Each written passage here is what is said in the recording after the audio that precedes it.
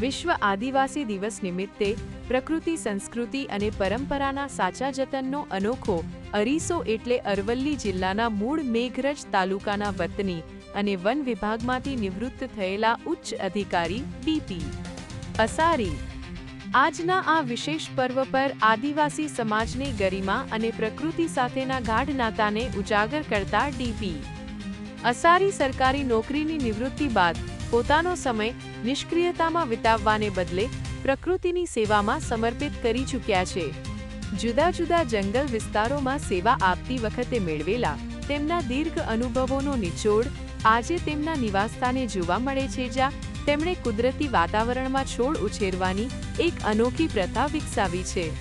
વિશ્વ આદિવાસી દિવસે વન વિભાગના લાંબા અનુભવના આધારે તેઓ જણાવે છે કે આદિવાસી સમુદાય મૂળભૂત રીતે પ્રકૃતિના ખોળે જીવનારી પ્રજા છે. જંગલની વચ્ચે ખુલ્લા આકાશ નીચે અને શુદ્ધ ઓક્સિજનયુક્ત કુદરતી વાતાવરણમાં સતત શારીરિક શ્રમ સાથે કાર્યશીલ રહેવાને કારણે આદિવાસીઓ ખૂબ જ લાંબુ અને નિરોગી આયુષ્ય ભોગવે છે. આધુનિક ભાગદોડ ભરેલી જીવનશૈલીથી દૂર રહીને કુદરત સાથે તાલમેલ સાધીને જીવવું એ જ દીર્ઘાયુ અને તંદુરસ્તીનું અસલી રહસ્ય છે, જે તેમણે પોતાના વન વિભાગના કાર્યકાળ દરમિયાન ખૂબ નજીકથી અનુભવ્યું છે. વિશ્વ આદિવાસી દિવસની ઉજવણીને સાર્થક કરતા પોતાના ઘરે જ ડીપી અસારીએ એક અત્યંત સુંદર અને સમૃદ્ધ નર્સરી બનાવી છે. આ નર્સરીમાં તેઓ મોટા પ્રમાણમાં કેરીની વિવિધ જાતોની અંબાઓની કલમો, અનેક પ્રકારની મૂલ્યવાન ઔષધિઓ તેમજ રંગબેરંગી ફૂલ છોડનું કુદરતી પદ્ધતિથી જતન કરે છે. વનસ્પતિ શાસ્ત્ર અને જંગલ પર્યાવરણ અંગેનું તેમનું ઊંડાણપૂર્વકનું જ્ઞાન આ છોડના ઉછેરમાં સ્પષ્ટ નજરે પડે છે. આસપાસના લોકો માટે તેમની આ નર્સરી પ્રકૃતિ સંવર્ધનની એક જીવતી જાગતી પાઠશાળા સમાન બની રહી છે. માત્ર વૃક્ષો અને છોડના ઉછેર પૂરતા જ નહીં, પરંતુ આદિવાસી સંસ્કૃતિના સાહિત્ય ક્ષેત્રે પણ તેમનું પ્રદાન બેજોડ રહ્યું છે.